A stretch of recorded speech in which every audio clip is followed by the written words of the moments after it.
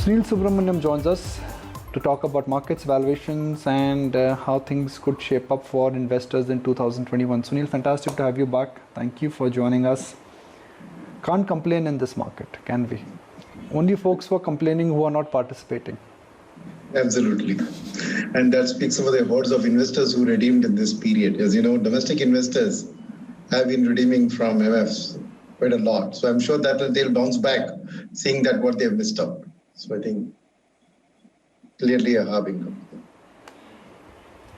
Sunil, while it's good to see markets go higher, nobody is complaining if you're invested, but there is a large section which also believes that this is liquidity, it's too hot to handle, and the train now is about to reach its last station.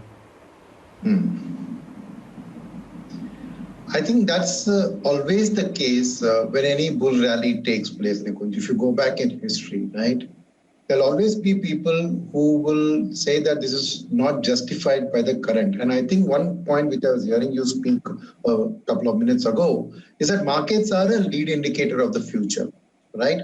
And the people who are the naysayers or the doubters always tend to look at the very near future to say that the market's move is not justified. But remember that the market participants who are driving it up, which in today's case is the FIIs, 200,000 crores they've brought in since April of last year, they are not all players of a short-term nature. There are hedge funds which take bets from 3 months to a year, but there are pension funds, there are sovereign wealth funds which are looking at a much, much longer time frame.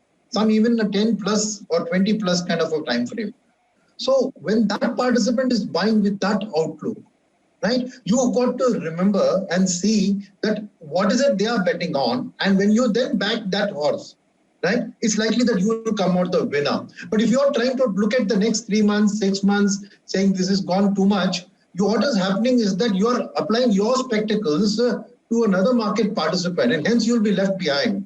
So if you try and understand them and what are they buying, they are buying the fact that India had the most severe lockdown, corrected the most because of that lockdown, because medically that worked wonders, and our pharma industry has come up, and on the vaccine front also. So I think that India's story of a sharpest V-shaped recovery in the world, number one. Number two, going forward, right, there you can at least now see that there's a day when Corona is not dominating our lifestyle.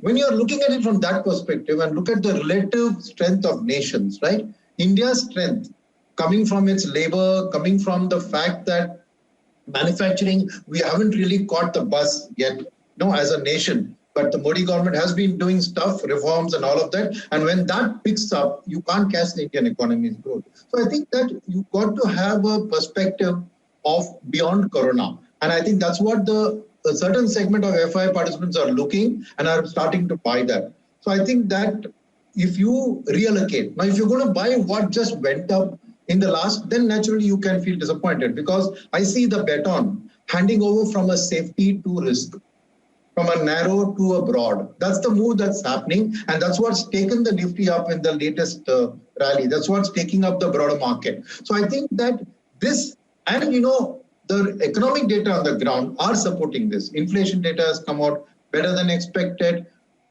You'll see the services sector bounce back very sharply because they were the ones got hurt in the lockdown. So you're going to see a much more broad-based earnings report, which will beat, the analysts estimate beat for this quarter will be much higher than that of this quarter. So I think that you've got to keep your eyes both on what's happening at the economy on the ground, but on what the market participants who are actually buying with the big bucks, what are they seeing? And I think if you align yourselves there, you will see that the times ahead are good for the Indian stock market on a broader market basis. That's an excellent point. Now let me come back with a question, which is that markets are forward-looking. Markets anticipated what none of us saw in let's say May or June or July in terms of the shape of the economic recovery. None of us saw it, let's be very frank, but the markets and collective wisdom saw it, and markets started rallying. Economy comes back in 2021 and 2022. But some would argue and say, look, markets knew this was coming, and they already have moved up in anticipation of earnings recovery. So why should markets keep on going higher? So the answer to that, Nikunj, is that I would take the question away from markets going higher, because market is a condensate of the total market, right? So your Nifty 50 is just a representative of the thing. And the Nifty 50 is touching all-time highs, or the Sensex is touching all-time highs, because a certain set of stocks from certain sectors which were safety plays in the downturn. So for all that you say that the markets predicted the future, the fact is that what went up in the first set of rally was what? Pharma and healthcare, IT, those perceived by foreigners as safety, right? So what gives confidence now in the future is that that safety is just the baton is being handed over to risk and to a broader play.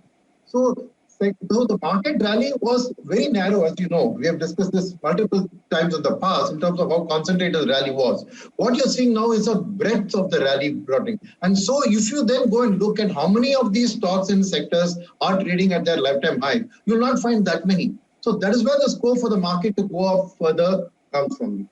So I think the key is that market is always smarter than an individual participant, because it's a collective wisdom, as you pointed out. And in that collective wisdom, you'll see now that now they are shifting to what is going to happen at the economy, whereas the first rally was not that. First rally was that healthcare, India is going to be the leader in the production of the vaccine. IT, because India is basically it's a safe factor because it's catering to the tech world. So I think the components of the rally will change, but the underlying strength of the liquidity flow will remain for different reasons. That's what I believe.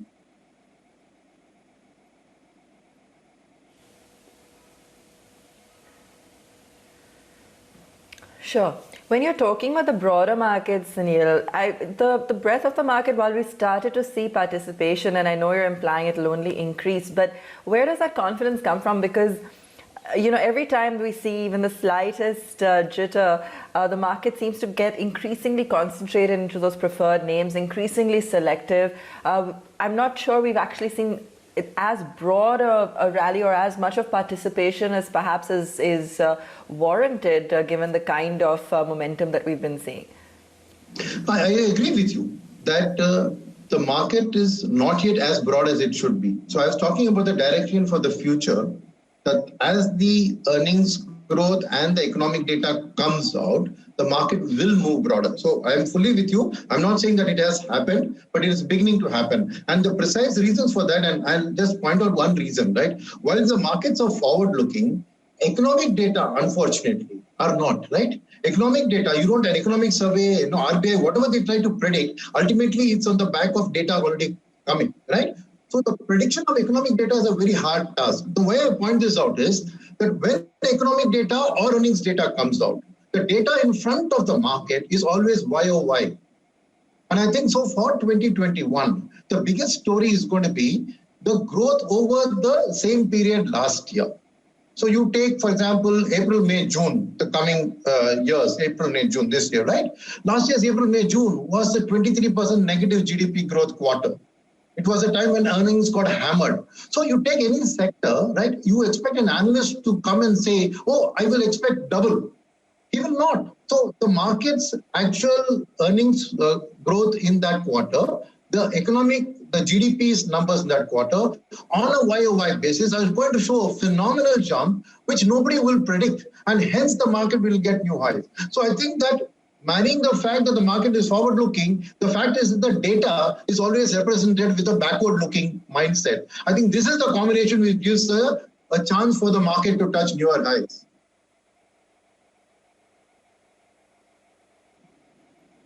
Okay, just to play devil's advocate, Sunil, but what about the year-on-year comparison while we're still in Jan-Feb? I mean, what about pockets like hospitality, travel that perhaps saw some really great numbers last year, and we'll continue to see the impact of that year on year. And we've already seen these stocks fairly beaten down. There may not be much respite when it comes to some of these pockets.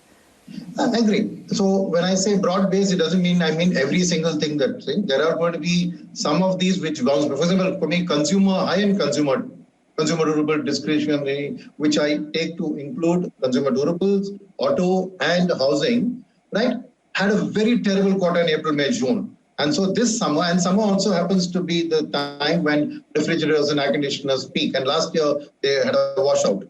So because of that, you'll see phenomenal numbers. So the growth YOY, I agree, will not be uniform. But certain sectors like autos had such a terrible time over the last 3 years, especially cyclical auto like commercial vehicles, that any number you put forward is going to look very good in comparison. So it's obviously going to be pockets. You take a look at last year, what happened before you take a call based on that comparison. But I agree that there are certain sectors which continue to show the pain, and you've got to be careful in your sectoral stock picks when you do this.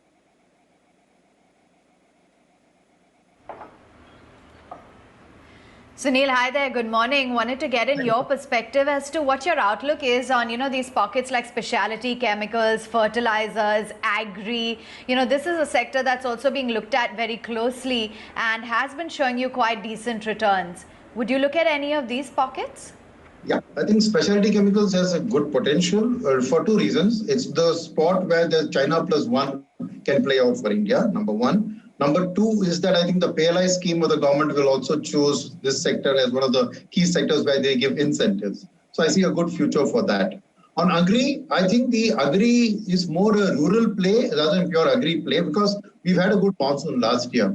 And you have to wait till data for another month or two at least to get the initial forecast of the monsoon this year. But that being said, two good harvests, a Rabi and a Kharif, have put enough money in the hands of the rural consumer. So if you take a broader look at agri and say rural consumption, and then you put in the fact that tractors are showing a phenomenal demand, I think that the sowing season for the next Rabi crop will also be very good.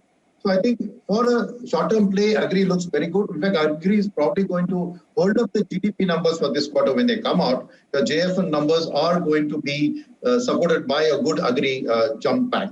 But from a stock specific, from a sector, fertilizer is, remember, a highly regulated thing, right? The government gives subsidies and it's also monsoon dependent. So I would say taking a longer term call on core agri commodities is a little bit, wait and watch. You can't say that definitely next year's monsoon and the year after will be a good monsoon, right? So we are subject to the weather behavior there, the weather god's behavior. So I would say there it's a more of taking a near-term call, looking at the lay of the land and then taking a call.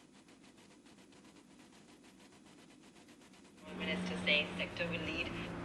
Okay, and same time last year you were very gung-ho on the infrastructure sector as a strong bet.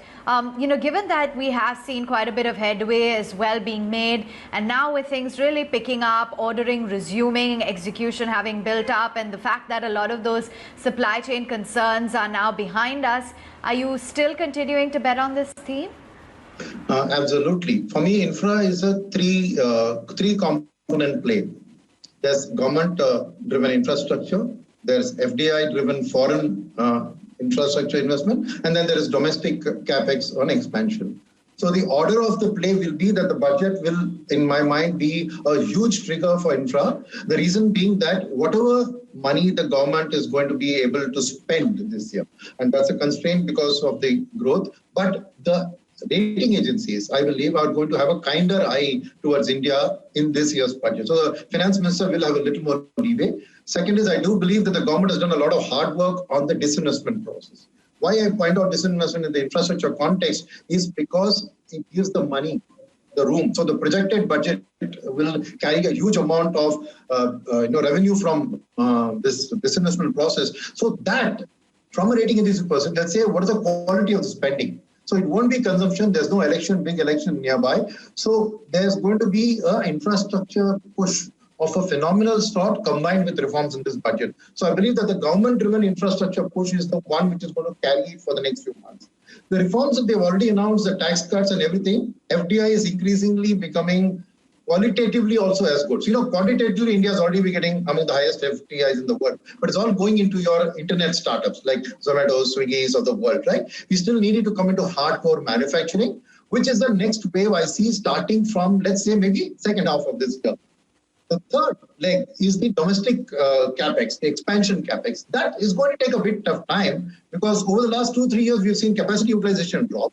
So I think there's enough surplus capacity available in India reflected in the price to book values of many companies in the market, which will take some time for private sector to invest in a greenfield capex. Some brownfield, which is debottlenecking, small capacity expansion will happen, but that will be a 2022 story. That one. But where my point is, these three legs of infrastructure means that infrastructure-related place, not just the end infrastructure. So capital goods, building materials, cement, steel, copper, aluminum, metals. So all those which fuel the infrastructure creation are, I think, the ones which are going to lead, because there market doesn't wait for the earnings. Market just looks at order books potential, and when the order book comes, those stocks and those valuations start to rise. So yes, to reiterate that point, last year I was bullish. It was coronavirus which came and did a big damage to that. But this year I'm even more bullish, because now the situation is conducive for a massive push from all the three factors that I mentioned over the next. And I see this as a very longer term kind of a story, with maybe 24 months of infrastructure related, story and news and earnings will start flowing through the Indian economy. Sunil, fund managers or local fund managers would say, let's buy something which has value, which is cheap, which is available below its intrinsic value. Foreign investors would say, let's buy something which has great governance standard. It may be low on growth, but we have safety of our capital, and we love these promoters who follow basic corporate governance norms. If FIs are calling the shots, should one be aligned with those halo 10, 15 or 25, 50 stocks, because that's where markets are excited. Whether it's an Asian Paints at an all-time high, or a TCS which is now trading at a P multiple of 30, or a HDFC Bank, or a Kotak Mahindra Bank, even Bajaj Finance for that matter. So, Nikunj, I agree with your thought process there, but just one small thing which I'd like to point out, that we are all still in the halo of the FIS pumping in 200,000 crores since April. But remember one thing, this is partly due to, one, I talked about the Indian growth story, but partly also due to the TINA factor. That is there is no alternative. Right? Why do I say this? It's because if you look at the emerging market pack, by and large, the emerging market pack is a commodity related pack. That is, they're all commodity exporters, Russia, Brazil, South Africa, you take it. So what has happened is that because the world was suffering from this recessionary thing post-corona, right, the money flew into a commodity importing country like India, oil and everything else that we import. So we were beneficiaries of the down cycle in commodities. Why I'm pointing out this, in this year, if the world growth recovers faster and that commodity cycle boom continues, some FI money is likely to flow into other markets. So there's a limited flow, right? So if somebody wants to invest in Brazil, it has to come from some other market, and there could be some reallocation from India. So I don't expect in this year that FIs will be that dominant a driver in the Indian market as they were last year. So this year will be more balanced to play. Our second question is then what are domestic? Now, why were domestic MF sellers? They sold half of what the FIS bought, right? 200,000 crores FIS bought, 100,000 crores closely MFs have sold. Why have they sold? Two reasons. One is they faced net redemptions from investors, but more importantly, like you said, they are looking at value, they are looking at domestic economy. So when you see this during the course of this year, I do expect that the world numbers will come better, commodity cycle will revive. You will see FIIs take off some of that, and then domestic MFs will buy some of those, but they will also start buying more in their conviction. And I see that play this year. So partly their portfolio should be aligned to what the FIIs are likely to buy, but I think there has to be a part which also caters to this other factor that I mentioned.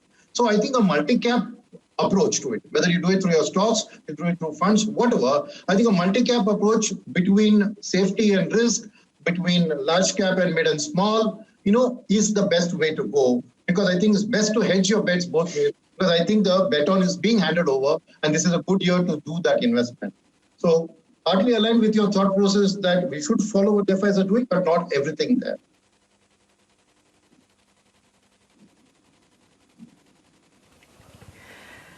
All right, we'll leave it there. Sunil, thanks so much for joining us this morning. And always great speaking with you. Thank you.